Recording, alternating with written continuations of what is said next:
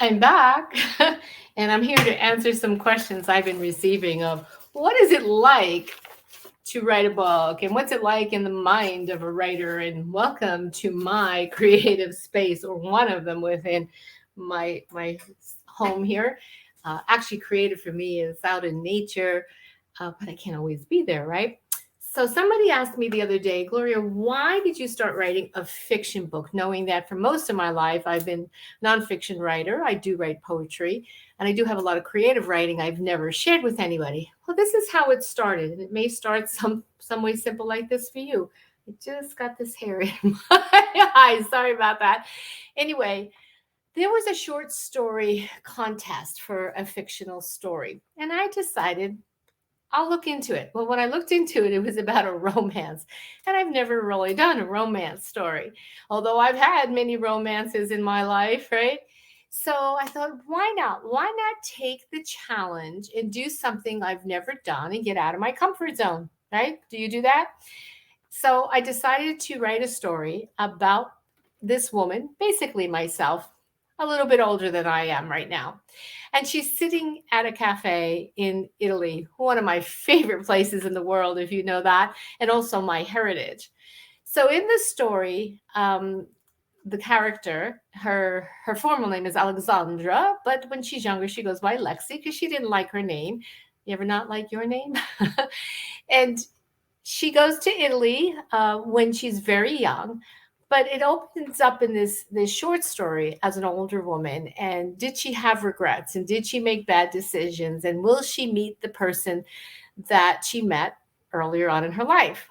Anyway, I sent the short story to my editor and I said, please don't be kind to me because I've never done this. And she says, well, I will let you know that I don't like romance stories. I said, perfect. Then you are the perfect nemesis to look at this and let me know what it needs or what you like or don't like. Well, the following morning, she got in touch with me and she said, oh my God, Gloria, you need to write this book. I'm like, you're kidding me. Seriously?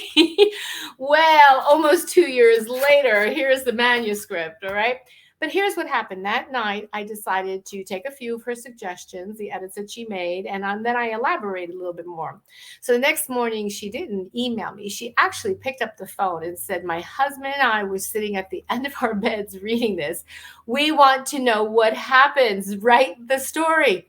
So I don't know about you, but you probably have had a lot of ideas about writing, and maybe you've started and maybe you've just kind of put it off to the side. So I kind of put it off to the side for a little while, but then I started having some fun, just reminiscing about my travels in my life and even how they affected my spiritual journey. Well, lo and behold, almost 2 years later, we're in the final stages. Well, I wouldn't say the final, almost the final stages. We're going through edits and revisions, and then it'll go into layout to publishing of this story that got created as a result of taking myself out of my comfort zone.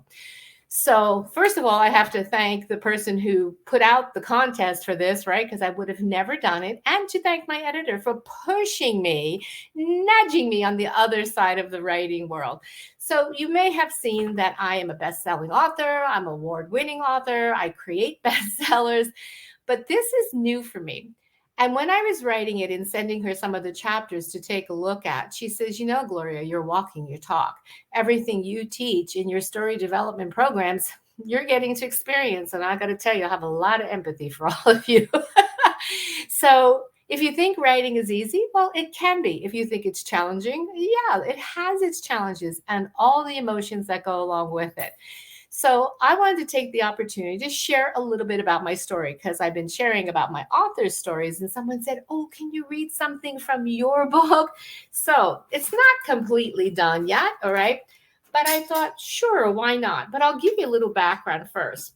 So Alexandra goes by the name of Lexi, and you may have seen me write little tidbits down on my Facebook timeline over the last couple of years. And I know a lot of you had said, oh, I can't wait to read this book. And you have actually encouraged me. So give me a little more encouragement because this is kind of scary, Anyway, it's out of the comfort zone. Anyway, so I decided, okay, let me give you a little snippet. So Lexi is, she's feisty. She's got a little bit of New York attitude. Yeah, it's kind of like me. And she has her own challenges with high school teachers that don't believe in her, which was me, and of course her family. But the book is not entirely true because it's fiction, although fiction writers call upon their experiences in life. But I have to tell you that once these characters really started coming alive, oh my God, the plot twist and things that came up, I never saw them coming. So it's actually been really fun writing this. And I hope you have fun reading it when it comes out. Oh, and by the way, I'm looking for some book launch reviewers. If you're interested, let me know. So let's see. Alexandra, which was her formal name, is sitting at a cafe in Italy. She finds this small little cafe down an alley, and she has a red journal. And she takes that journal with her, several of them, of course, throughout her life to write about all her adventures and her experiences, her heartaches, her losses, her joys, her romances. What else do you want to know about Alexandra? Tell me down below. So let's see. What is a good chapter that I can kind of read you? People love, they told me they love the romance part, which is a small part of my book, but there is a tie-in with all of that that actually goes into life, the romance of life. So I'm trying to find this page because someone said to me, ooh, I like this chapter. So I put a chapter about the island of St. Lucia after Lexi finishes, college and gets her degree and stuff. And she really doesn't want to do what her dad tells her to do. Me. So she decides to take a solo trip and go to St. Lucia and just see what is it that she needs for herself. And to her surprise, something happens and opens up. And I can't tell you all of it because not everything is going to end the way you want necessarily, but it's fun creating it. Okay. So she takes off to St. Lucia just to kind of relax and chill out after 6 years of school and work. And she was involved in a program in college that had her actually write journalistic articles for travel magazines. So she was already being dropped in to that world of writing. Okay, the sounds of the surf gently caressing the shoreline as the birds sing songs of ecstasy. Exotic flowers flourish along the steps to heaven while she observes. To think it was only hours ago she left her past behind. Her tan, slender body was radiant against the white flowing dress she put on for dinner tonight. A few days in the sunlight transformed her pale skin into an Italian delicacy. The last several years, her nose was in textbooks, achieving milestones and realizing her capabilities were maturing. Her professors encouraging her to earnestly consider a future in writing. Honestly, she was bored, dutifully attending college for her father. She required something to encourage her enthusiasm once again. Confessing to herself the discipline yielded some observations to achieve future goals, she did admit to herself the journalism classes provided her a great opportunity to work in the field while in school. She was already receiving job offers. However, she was not ready to commit. So I'm going to go through a couple things. I'm going to pass by because I don't want to give everything away. Lexi put up a great shield around her heart after the loss of her mom. The pain was too deep to deal with, and she had to move on. Little did others even realize the endless nights she longed for one more talk, one more hug. I hope I can live up to her expectations, Lexi sobbed to herself while leaving the grand view of the Caribbean Sea from her suite. Subtly, though reluctantly, she went into the dining hall at the resort in St. Lucia. The black and white tile was spotless. They trimmed the tall white pillars with fuchsia-colored flowers. Swiftly, two young, handsome Caribbean men escorted her to a table. Heads were turning, most couples were visiting, and yet they seldom talked to each other. How strange, as she continued to enjoy the anticipation of what the evening may bring. It wasn't always comfortable traveling solo. However, it unquestionably provided opportunities one may not accept if partners discourage them. There is a grace in singleness that one must learn to embrace. I'm going to move down a bit. We're going to skip some things because I don't want to give it all away, right? Let's see. Okay, there he was in all his majesty, but he did not acknowledge her. Shimmering green hazel eyes radiated across the room and caught her attention as she stepped towards her table. He exuded confidence in his strut, nervously adjusting her dress and sitting up straight. If he should notice her, she needed to appear confident. How absurd! Why would he notice me or come to my table? Indeed, to her surprise, he drew out a chair to be seated at her dinner table and to chat to the staff member. He did not even glance her way. This caused her to be more uneasy and a bit intimidated. The conversation was all business, concentrated on the details of serving vacationers and the nightly entertainment performance. Lexi reveled in his French Caribbean accents and happily admiring her view. Once the discussion was over, the young host pardoned himself from the table, and Lexi found herself face to face, alone with this gentleman. His eyes fixated on her. Neither one spoke a word for a few moments. The stillness was intense. I apologize, miss. I did not acknowledge you. It was inconsiderate of me. I had many urgent concerns on my mind, but it is still no excuse. Oblige me to make it up to you. No worries. I understand. I'm grateful for your kind overture, but you must return to your business. Let's skip a whole bunch, okay? Anyway, he reaches out to touch her hand tenderly. She could hear her own pulse in this moment.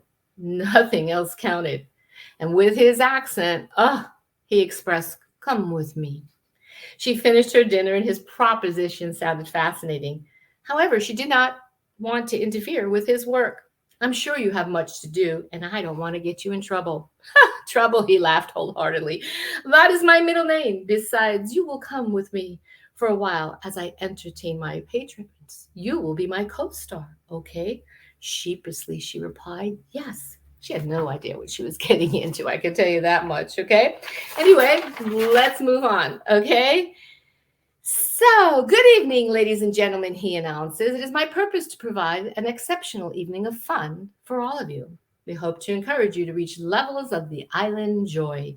Everybody clapped and cheered. They were ready to party. AJ Sexy's accent had a certain charisma that charmed everyone. It is further my delight to introduce you to the eloquent and stunning co-star Lexi, who will be my dance partner tonight. Whistles and claps galore embarrassed her as she did not know she would be in the limelight.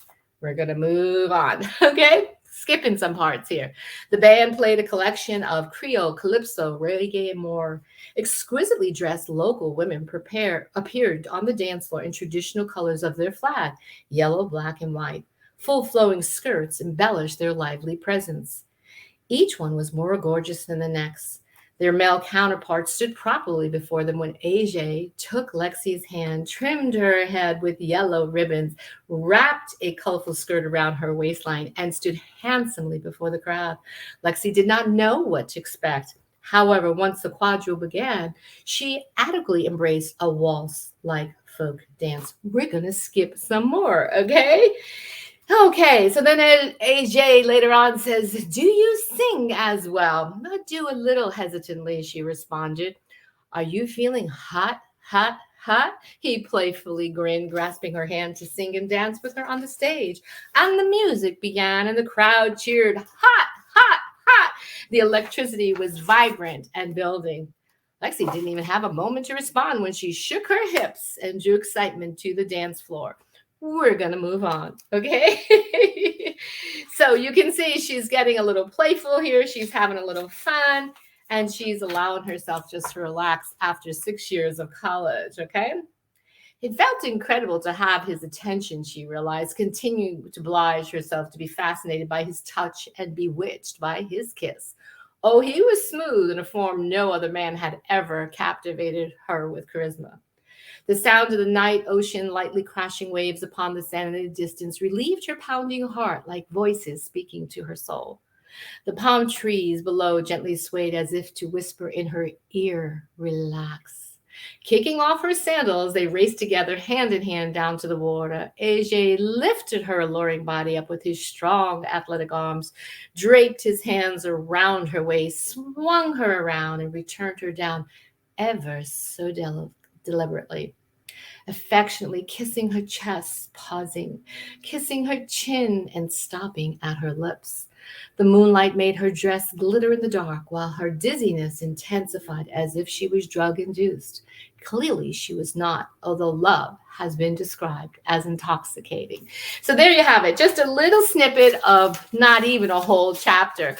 So, I hope I intrigued you a little bit, and get ready for the release this coming summer. If you would like to be on my book review team, my book launch team, I would love to have you. Uh, Join me with that. Okay, it's fun. You probably have seen me do it with other authors, and you'll get a lot of experience in learning how to actually do this for yourself one day when you publish your book. In the meantime, I'm getting ready to do my group coaching training tomorrow, so I've got to go put my materials together. And if you'd like to be in a Craft Your Story group coaching program for 90 days, then your opportunity is here right now, because we are starting May 1st, and I'd love to have you in the program. Anyway, thanks for listening to me today. I hope you enjoyed the little bit of snippets I gave you about the book that I'm writing, Too Many Goodbyes, a novel of adventure and love coming out this summer. Welcome, and thank you for joining in my creative space. And I hope to see you in a writing program with me someday and make you the next bestseller with powerful potential and purpose publishing. Mwah! Bye, everybody.